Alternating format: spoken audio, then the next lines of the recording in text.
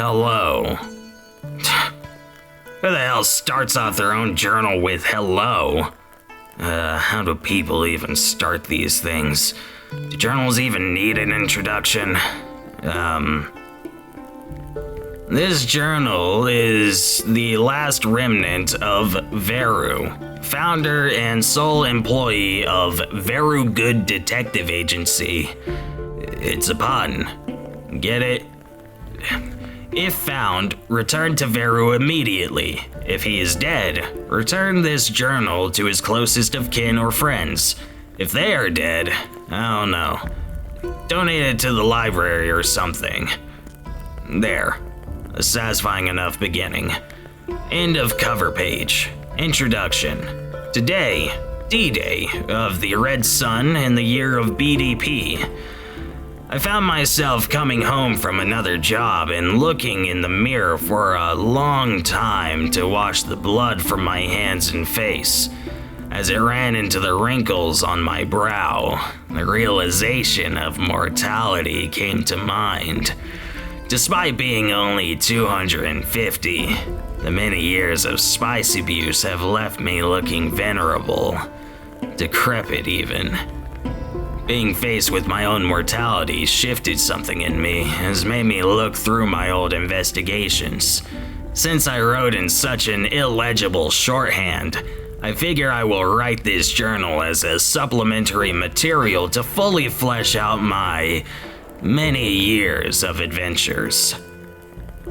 A full telling that may one day inspire or prepare future private eyes to the horrendous humors and horrors of the world.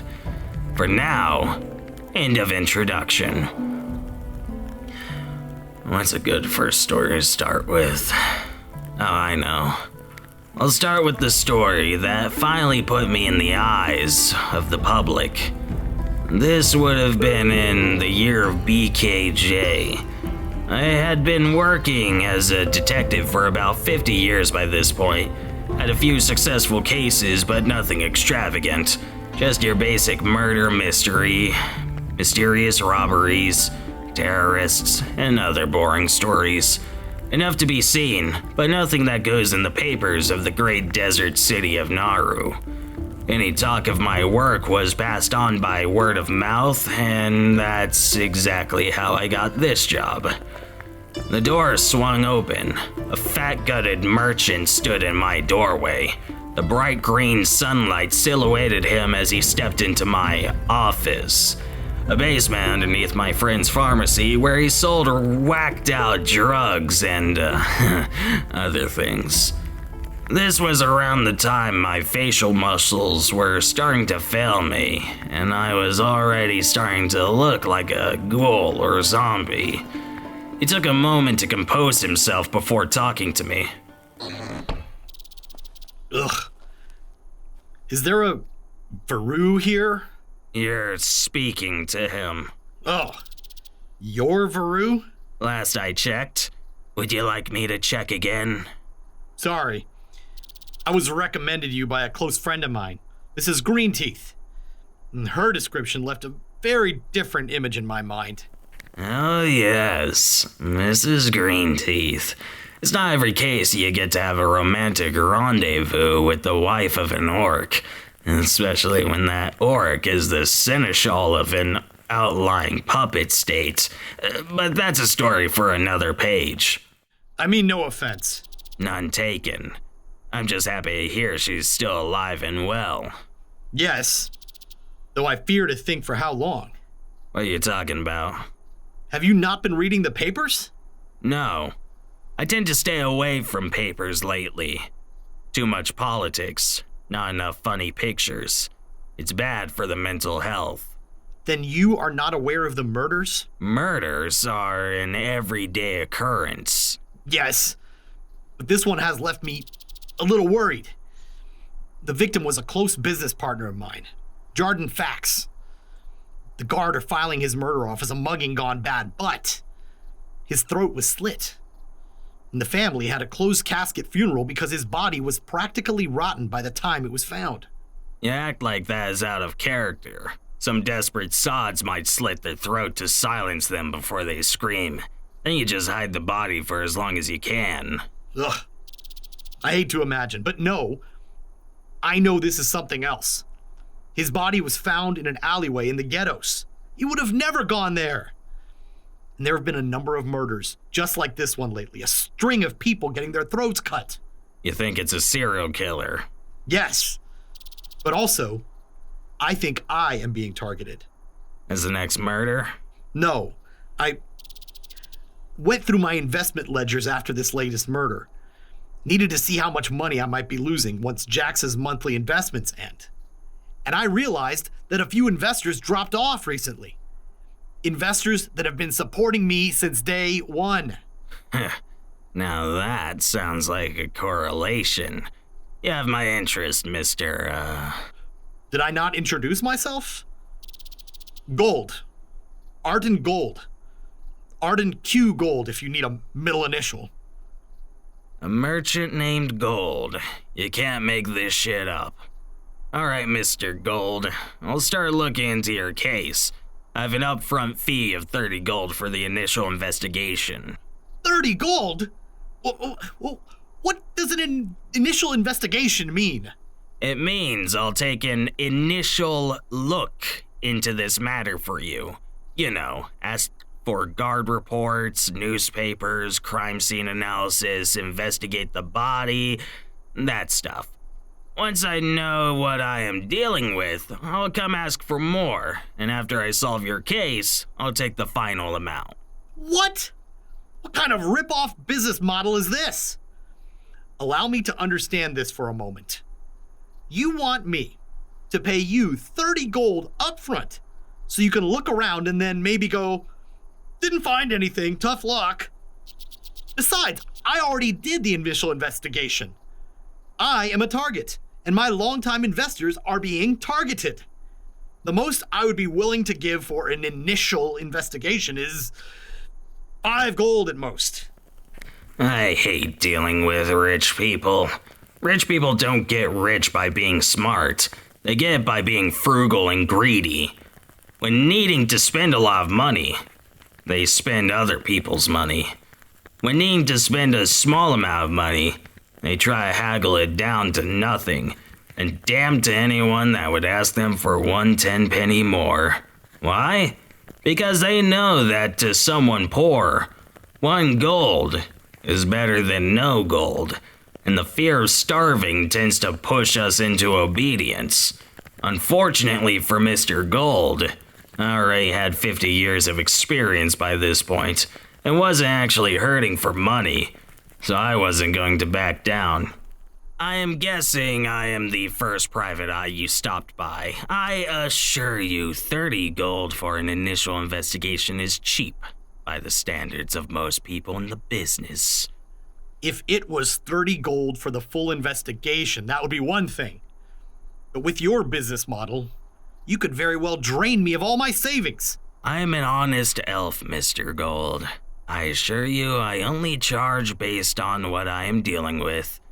Most of what you pay doesn't even go to me. It goes toward resources to solve your case. Ha! Of course it does.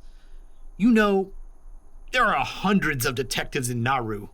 For 30 gold, I might as well go to the best. Or get a team together. At the very least, I can get someone who doesn't smell so heavily of spice. You absolutely could. Then I will. Thank you for your time, Mr. Verru. But I think I'll be going with another option. That wasn't the last I heard of Mr. Gold, however. The sun had changed from green to violet when he showed back up at my door.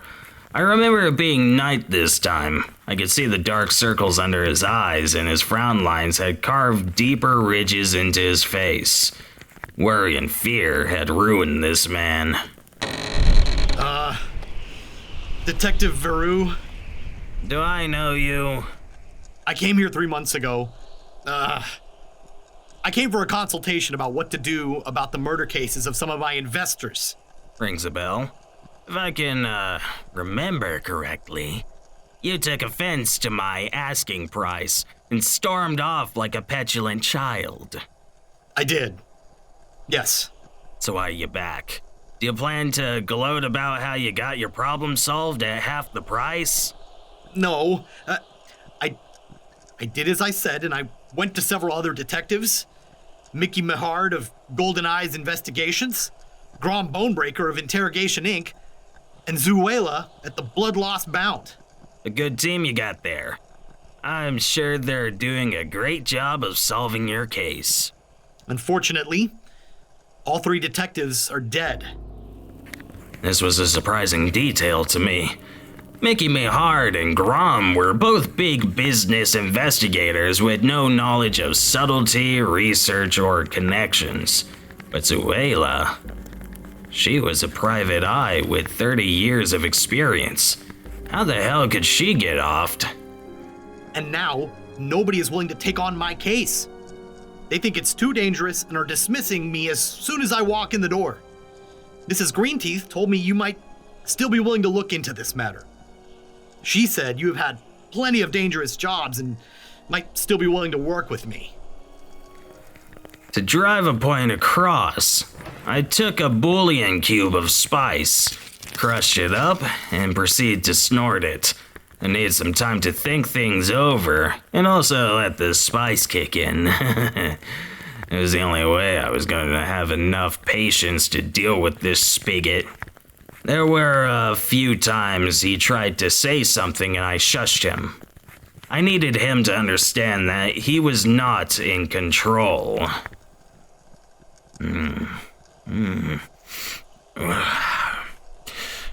60 gold. 60 gold? Just for the initial investigation. That's 30 more than last time. Yes. Consider the extra 30 gold hazard pay. Ugh. I should have kept my mouth shut. I would have found out eventually.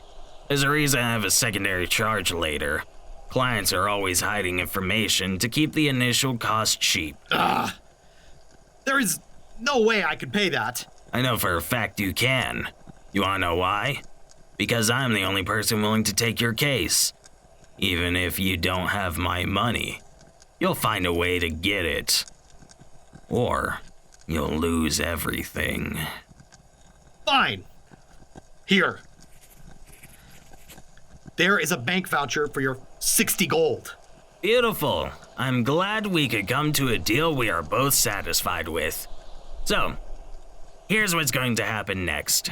I'm going to cash out this voucher, and I need you to bring me your investment ledgers. Zuela already looked into my ledgers. I'm sure you can get any information you are looking for from Blood Lost Bound. Not how it works. Detective companies have a privacy policy to not give away any findings unless it's to the guard. It's a way to keep you from hiring someone else. Sorry to say, but you paid all that money just for us to start from square one. Now, grab your ledgers and meet me back here in an hour. After receiving Mr. Gold's ledgers, I knew the first stop I needed to make. The guard keep an organized library of all official investigations. They don't do much looking. Most you'll get is cause of death, place, time, and the identity if it's readily available. They're pretty useless in the grand scheme of stopping crime, but they are a useful tool for cross-reference. Here we are, Verru. The obituary. Thanks. Hold on a moment. You know the obituary is off limits to non-law enforcement. Yeah, I know your song and dance, Odecker. Here's your bribe. I gave you your 2 gold. Get out of my way. I'm afraid the cost to maintain the obituary has recently increased. The hell are you on about? There has been a recent count of murders of wealthy individuals lately. It is important to me to protect their image. I don't know anything about that. I'm looking into a, family homicide. Are you now? You know, 3 detectives wound up dead looking into a case for a rather wealthy merchant, I hear. Word is, no one wants to work with him. The case is taboo now. And you think I picked it up? You're the only detective in Nauru willing to. Besides, Private Gunny saw you at the bank. Fucking Gunny. Since we've done so much work together, Verru, I'm still willing to give you a discount. You're so generous. 5 gold. Fine. There's your dirty money. Now, let me get to my work. Of course, Verru! I never want to stand between a valuable detective and justice. And of course, thank you again for your generous donation. Dick. The guard-funded obituary is not exactly a wealth of knowledge. Most investigations tend to have one guy arrest everybody nearby, report the location, time, anything noticeable about the body, then they file it away in order of last name. I remember a few years back some nobles tried to get their families separated into their own personal obituary. The guard told them to go to hell. I guess if you think about it, you don't really see the dead complaining about where they are buried. It's all the living seeing their relatives' corpses in history as some sort of possession, a treasure to be held in high regard over everyone else. I digress. When I cross-referenced Mr. Gold's ledger with the records in the obituary, I noticed a pattern. Whoever this killer was, they'd been killing people in order of patronage, targeting the earliest patrons first and moving up the ledger. Last target was Jordan Fax. Before that was Lucy Westonbell. And before that was Jericho Richface. And no, I'm not making these names up. Though, it seems the killer was conscious of whoever stopped their donation and skipped over them. Whoever the killer was had to be someone who was intimate with Mr. Gold's records, which gave me some obvious suspects. Questioning them, however, would have to wait, as I scoured ahead to see who the next likely target was. To my dismay, it was Mrs. Greenteeth. Well, Verru, you have me alone once again, though you failed to voice your intent at the front door. Considering you want to speak with me alone, shall I assume this is a personal visit? No.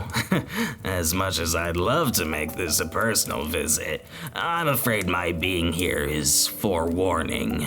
Warning? Warning of what? You are well acquainted with a Mr. Arten Gold, right? Oh, Mr. Gold! He came to me about his financial troubles. It is a terrible shame what happened to his business partner. Has he only told you about that murder? Has there been more? Somebody has been killing off his investors. From the looks of it, he's been claiming one life every month for a few months now, starting from the beginning. By the gods! And I'm afraid you're next on the list. Me? Why would— I can't give you a clear answer. Someone has it out for Mr. Gold, and they want to make him suffer. I suggest that you stop investing in his business and make a public declaration. No. No? No. Mrs. Greenteeth, do you not understand what I just said? I understood perfectly, but you must understand, Verru, that I will not cease my contributions to Mr. Gold. Your life is in danger the longer you associate with him. I am well aware, but Verru, dear, do you understand where the wealth of the nobility comes from? Not the physical wealth, not coin, but the wealth of our character. Exploitation? No. The wealth of a noble's character comes from our steadfastness, our unwillingness to give in despite any given dangers. It's that sort of mentality that will get you killed. Perhaps, but if every person of wealth bent over at the first demands of the violent, then we would quickly lose our wealth, status, and everything else that makes us important. It sounds like pride to me. I suppose it is. But I am steadfast, dear. No, I have a full retinue of guards at my demand to protect me wherever I go. I am not scared of some common murderer. Fair enough, I suppose. My intent coming up here was to give you warning. Knowing someone is after you is the first step to preventing it. And I will take all the precautions I need. That's all I ask. I can't imagine a world without the beautiful Mrs. Greenteeth. Oh, you? With the matter of warning Mrs. Greenteeth out of the way, I could now officially start the investigation. My suspects were obvious. For someone to be killing off in order of the ledgers, the murderer had to be someone who has, or had, constant access to the books. Who else could it be but someone with direct ties to the company? Easy case. Now, if you want true rarities of the world, we have caravans going out as far as the Myanmar Mountains. Anything you could want, we can get, for a moderate price. I don't suppose you do any trade with the Red Elves? Occasionally. They are very solitary people. Well, next time you are up there, see if you can get your hands on some Froxen herb. Oh, I am sorry. Someone sick in your life? That is a very expensive ask, I hope you know. I can afford it. Mr. Gold, is this ghoul a friend of yours? He wishes. No. This man is doing some business for me. A moment, please. Let us speak in private, Mr. Verru. Of course. I'd hate to ruin your reputation with my appearance.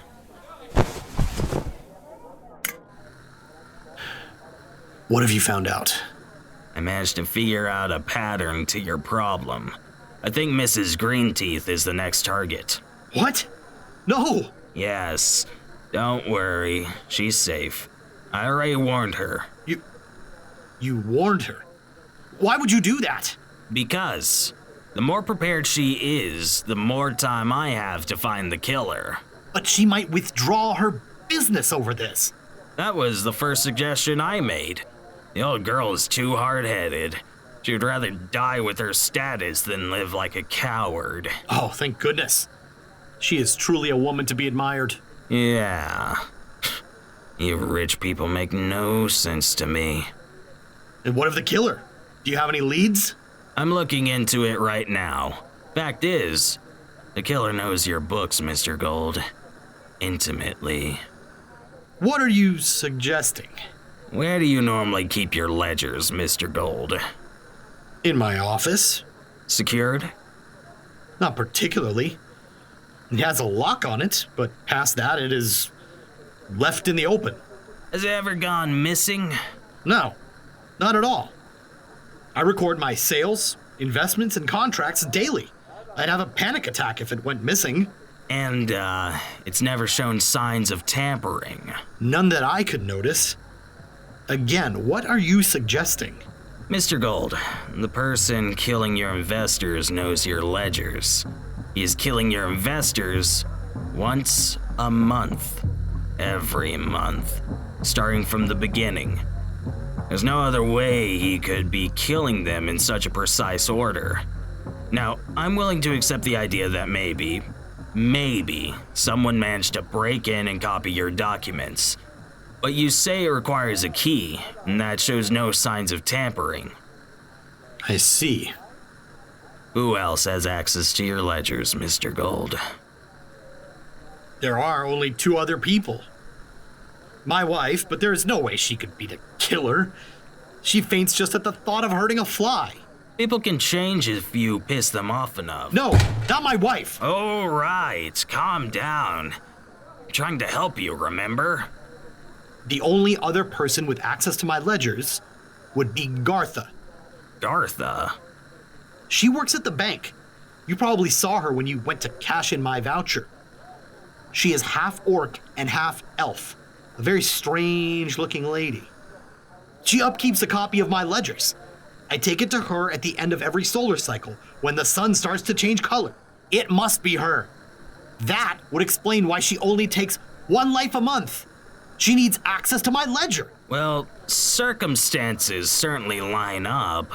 Oh, to think I trusted that half-breed. Whoa, no need to go bringing race into this. She's not guilty yet. Only a suspect. Just like you and your wife. Me? Yeah. Just because you seem to be a victim doesn't mean you are innocent. A number of people report on themselves to remove suspicion. What would I possibly gain from killing my own investors? Again, you are a suspect, not guilty.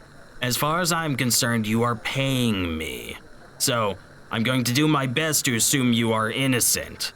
If I find evidence leading back to you, though, I am legally bound to approach you. Ugh! Let your wife know that I will be talking with her soon. She may not like it, but I need to be diligent. I told you that it is Gartha. There is no other person it could be. Yes, and I'm going to speak with her now. But if I can't prove it is her in one interrogation, then I have to speak with other suspects. Remember, Mr. Gold, I am working for you. Fine. I'll give you an update by tomorrow. Until then.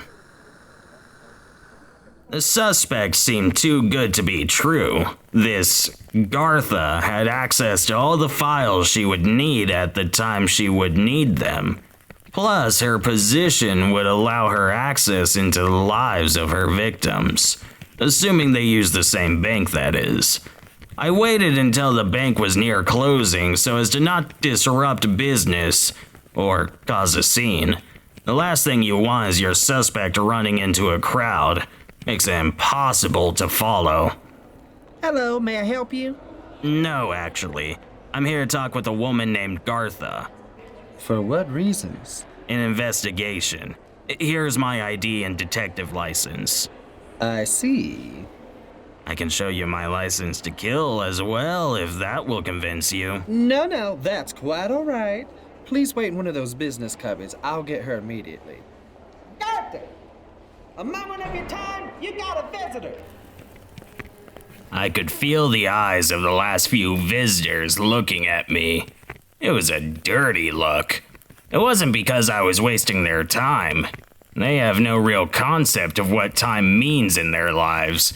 I was the guy holding up the line at the end of a long day, just before they add today's earnings to their hoard of wealth. That's what really mattered. Their fortune, which they furiously funnel into the money-making foundries of the bank's vault. It's funny to me how these people sit on their hoard of wealth but never see it. It just sits in a vault under the bank until their husbands or wives start nagging them for a new purse or rifle. Then they use a voucher to cash out this imaginary money into something material. I wonder if when they die, they have any regrets about all that gold that they never got a chance to spend. Hello. You are the detective? I am. Believe I've seen you in here a few times before. Really? I can't say I've ever seen you. Makes sense. Most of the time I work in the back. I could see why. She was certainly not a face for the front. The features of an elf were prominent, causing her to look like a resident of the uncanny valley. Not unusual for elves, but her skin, it was yellow, likely from her orcish side. It made her look diseased, and her eyes were sunken in from lack of sleep. What stood out to me most, however, was her limbs. She was clearly not made for backbreaking work, as her arms and legs were all different lengths. Someone so malformed would have a hard time killing anyone effectively, even with the element of surprise. Doing what exactly? I copy business documents. Sounds like a tedious job. It is, but it pays well and I don't have to stand for hours at a time. I can see the appeal in that. Tell me, do you know a man by the name of Arton Gold?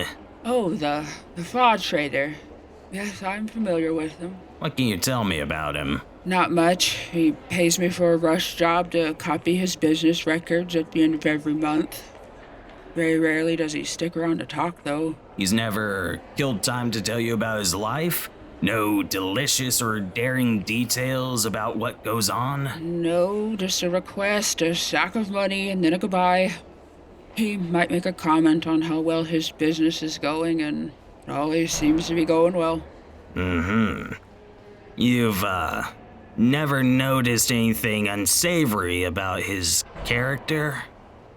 Only thing I've really noticed is he seems obsessed with money. Unhealthily so. I see. Not surprising. What can you tell me about his business records? We have a copy that he has us update. You know, in case something happens to his copy, he won't lose everything.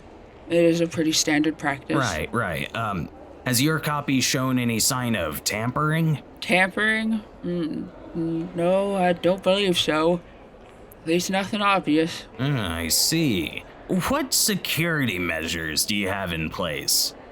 We keep our business copies in a specialized vault, just like our money. Each one is protected by a lockbox. My boss is the only person I know that has the key.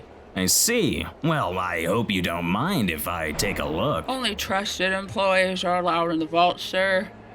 Even a detective like you will need special permission. Oh, of course. Time is of the essence, and I would hate to go through the process of getting a warrant for this. Do you mind asking your boss if he can make a special exception? Well, Just this once? I can ask. Thank you. Your compliance is saving someone's life, you know. So, what do you think? You again. I couldn't help but overhear some of those conversations. You do good keeping your large ears small. She's my co-worker. I work with her every day. I just gotta know if I need to be watching my back. That is yet to be seen. She doesn't look or sound dangerous, just tired. She is a hard worker. Sometimes I feel bad for her. She being worked to death? Not consistently, just once a month. One of our patrons expects an entire month's worth of funding to be recorded in 2 days. You wouldn't happen to know the name of this patron?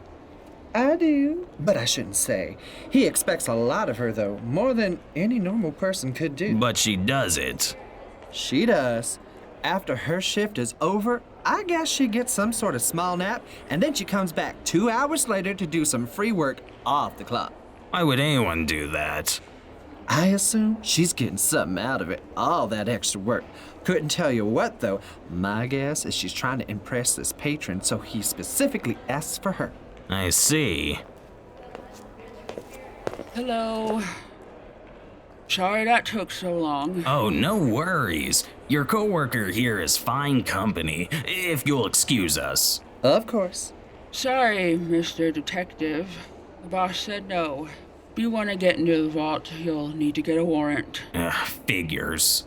Is there anything else I can do for you, sir? Not right now. I'll need to follow up with you in the near future. Will here work fine for you? I suppose I am here most days. Oh, what about nights? No, afraid I work days only. Closest I get to night work is dusk. Is it always that way? Never any exceptions? Afraid not. I don't have the energy for longer shifts. I see. Then I will try to work around your schedule. Thank you for your time. It looked like I managed to catch Gartha in a fib, or her coworker was playing her. It was impossible for me to say, but I still had doubts. I couldn't drag out a motive and she didn't have any tells. Plus, her body is not that of a killer. Though I've had more unlikely suspects in the past. My investigation on her was done for now. My next interrogation was Mrs. Gold.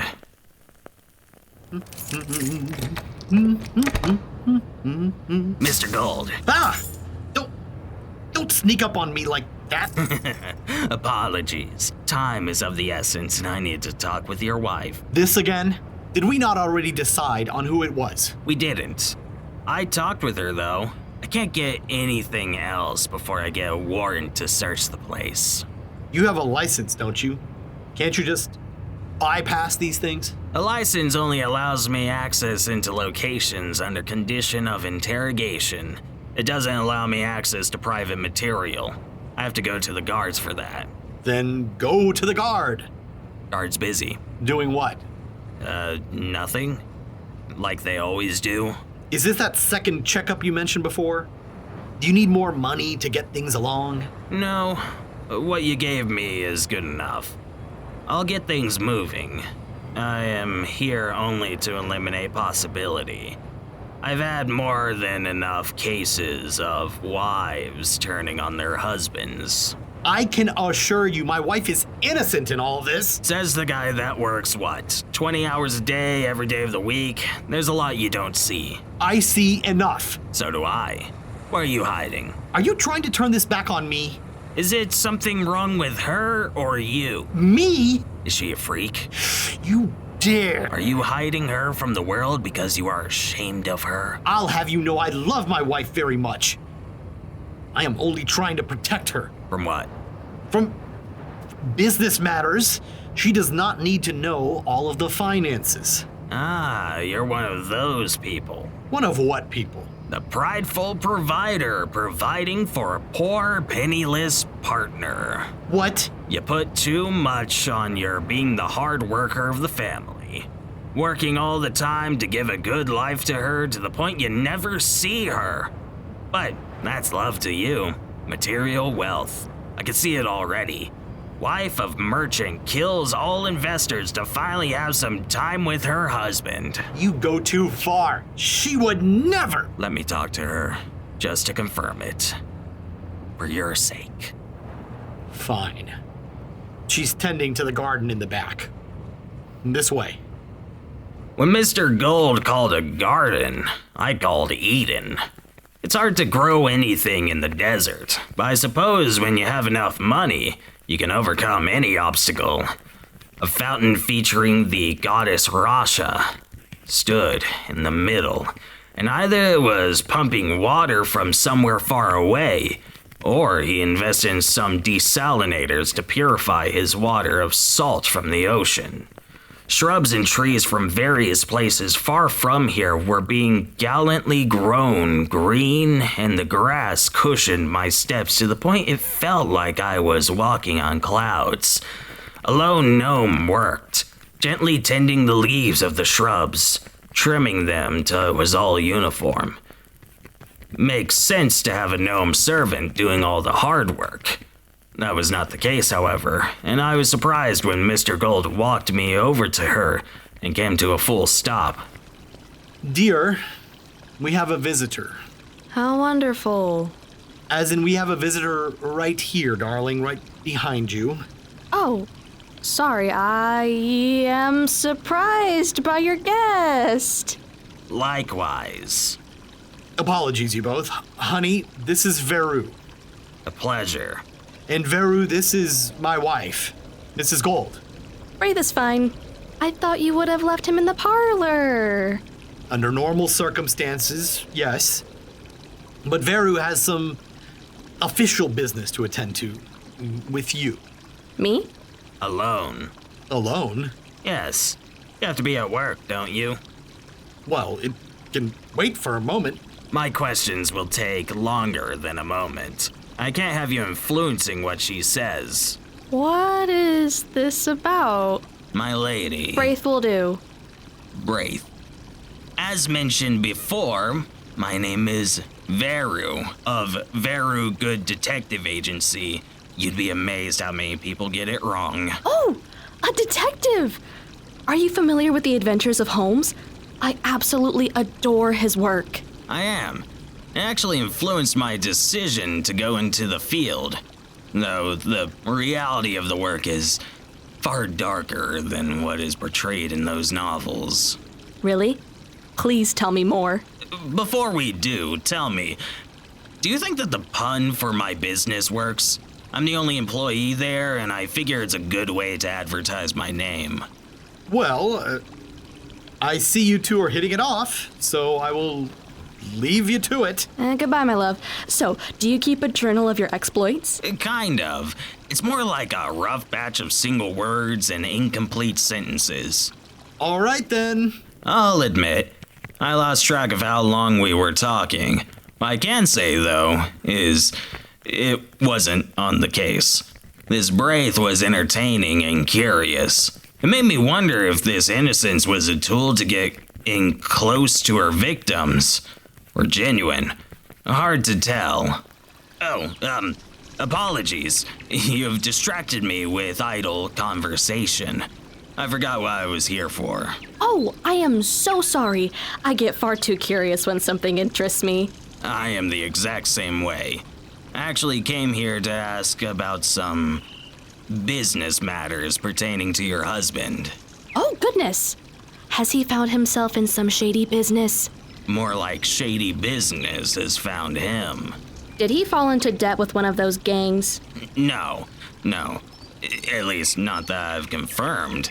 But likely not. Your husband is too safe for that. Oh, thank goodness. Your husband, how long has he been running his business? Oh, goodness. It has been a while. He and I met 13 years ago in Mulvarok when he ran his caravan there. He was still very new to the life. Didn't have much of a business at all. I think he was only at it for a year prior to meeting me. So, 14 years. So, you have been involved in his life for a large part of his work. Sort of. I traveled with his caravan for 6 or 7 years before he bought this place. Then he wanted me to stay here. Why is that? He wants a homebody. And also, I don't know if you've been out in the desert before, but it is very dangerous. You're not wrong. I have a phobia of rustworms after almost being eaten by one. Oh, you'll have to tell me that story. Well, it was about 14 years ago, and please don't sidetrack me again. Right. Sorry. So in your 13 years knowing him, has Mr. Gold ever angered some people, made some enemies? Well, of course he has. Business is the act of screwing people over for profit. Suppose so. Most people understand this, though. Most people, after losing money, focus on themselves. They start worrying about how they'll get by. You sound too familiar with this. My husband and I used to talk a lot. Not as much anymore? He's always working. I can imagine life gets boring being by yourself at home all the time. It does! As dangerous as it was, I miss traveling around with the caravans. There was adventure, places to see, and so many things to do. I got to meet red elves from the Omari Mountains, and I got to dance with them and try their curries. Do you know how good red elf curry is? Can't say I do. It was exciting back then. Now all I do is cook, clean, garden, and entertain guests. Sounds like this house has become more of a burden for you than anything. That's a way to put it. Surely your husband could hire staff to tend to the house. He could. It would not get me back on the caravan, though. Why's that? Gnomes aren't treated very kindly in a lot of places. Many people thought I was merchandise. Others thought I was a common servant. A lot of the caravan thought I was, well, vying for a better position with my actions. I was never an equal. Oh. Sorry you had to go through that. It's life, I suppose. I could leave if I wanted. I have enough saved from my own ventures to start traveling. I don't think I would do it for money, though, like my husband. Just leave to see the world. So why don't you? Because I don't want to see the world alone. It was so much fun traveling with them. Once my husband took a liking to me, every stop we would be like tourists, getting lost, trying new foods, seeing everything worth seeing. Sounds like the caravan was close. Huh? You said it was fun traveling with them. I thought you meant the caravan. Oh, sorry. No, the caravan was filled with strangers looking to go from one place to another or to make some tin. Not a very good crowd. I stayed away from most of them. So who did you mean? I meant Verm. Verm? He's my husband's business partner. Your husband didn't mention a business partner. He didn't? No, not even a passing mention. I would have thought if my husband was hiring a detective for business matters, then Verm would have been involved. Your husband hired me by himself. And when I asked for potential leads on this matter, he never mentioned his business partner. What exactly are the matters my husband hired you over? Money losses. Like, unexplainable expenditures? Yeah, Why would he not mention Verm then? beats me. Care to fill me in? Verm is my husband's business partner. He used to accompany the caravan, but just last year the two had a falling out. Over what? Mind you, this is from my husband's perspective. I wasn't there for this. The two met up for a drink, and Verm started acting uncharacteristic. In the middle of their conversation, he started yelling at my husband about being greedy and then attacked him. An accusation of greed doesn't come without reason. What did your husband do? Nothing. At least, nothing they haven't done before. They were talking about where to go for their next route. A few places got thrown out, and then Verm brought up Bonasado and picking up some medicines there. It was a good idea. Then they talked about pricing and he attacked. I'm not hearing a reason for why he would attack.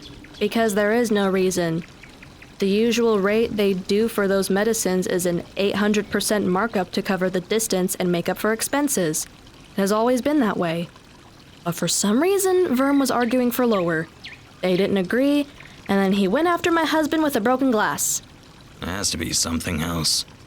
Some other thing your husband did before that angered this Verm guy. I don't know. We both racked our brains over this for months after it happened, but couldn't think of anything. Then I guess I have an extra stop to make before I go home tonight. Where does he live? The opposite side of the district, near the Dragon's Tongue. Oh, that's such a long way. I guess the warrant can wait until tomorrow. Thank you for the talk, Miss Braith. You've been even more helpful than your husband. Heading off now? Afraid so. That is a long distance to travel, so I need to get moving. But, let's catch up sometime, yeah? Please, you have to tell me about this rustworm encounter. That I do. What the? Oh, yeah.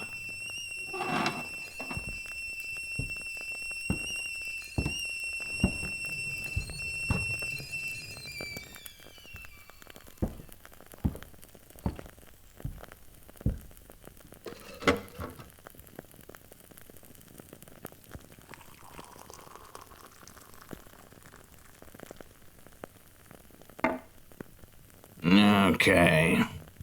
Now where was I? Looks like I hit the detective jackpot. Angry ex-business partner turns rogue. Blinded so much by anger he tried to kill his business partner. He failed, and now is trying to sink the business however he can. An easy explanation. Once I prove a motive and get some evidence, it shouldn't be much else to implicate him. At least, that was my thought. I walked across the district to his home next to the Dragon's Tongue, a staircase that leads down into the dungeons of Grimdark. Not a very desirable place. It was growing dark, and the rumors of creatures crawling their way out of the dungeons was not appealing at all. I could have left, but I came all this way. I was going to get some answers. I probably could have been more patient. Honestly, I could have waited until tomorrow. But between the rush to save Mrs. Greenteeth, the horrible screams escaping the dungeons, and my exhaustion from having walked all this way, I think my breaking the window and crawling in was an understandable reaction. The inside was dark. I was sure the glass breaking would wake a person up, so I sat down in a comfortable chair. My hand was already on my coin purse to offer to pay for the window. Then, nothing. Nobody came down. 15 minutes of waiting, and no one came. I proceeded upstairs to investigate. This guy could just be a heavy sleeper, but there was nobody there. As I examined around the house, I heard the sound of flies. First one caught my attention, then another, leading me toward a lonely off-colored door under the stairs. Its paint had peeled off from neglect. I pressed my ear close to the crack against the frame and listened. More flies. What must be hundreds of them. I placed my hand against the doorknob, which was strangely moist for some reason. Turning it was difficult. When the door finally opened, I was greeted to a staircase that led to an ethereal blackness down into the abyss. I didn't bring anything to help with this situation. I was only supposed to be talking with people today. The only thing I had to pierce the abyss was a small box of ghostlight matches. They burn blue, and just a little bit further than normal matches, but they also burn out faster. It was a breeding ground of maggots here. The floor was squishy with every step. It was not until my third or fourth match that I finally saw it. A body, several days decayed, wearing some fine vestments, albino white hair and 2 golden teeth.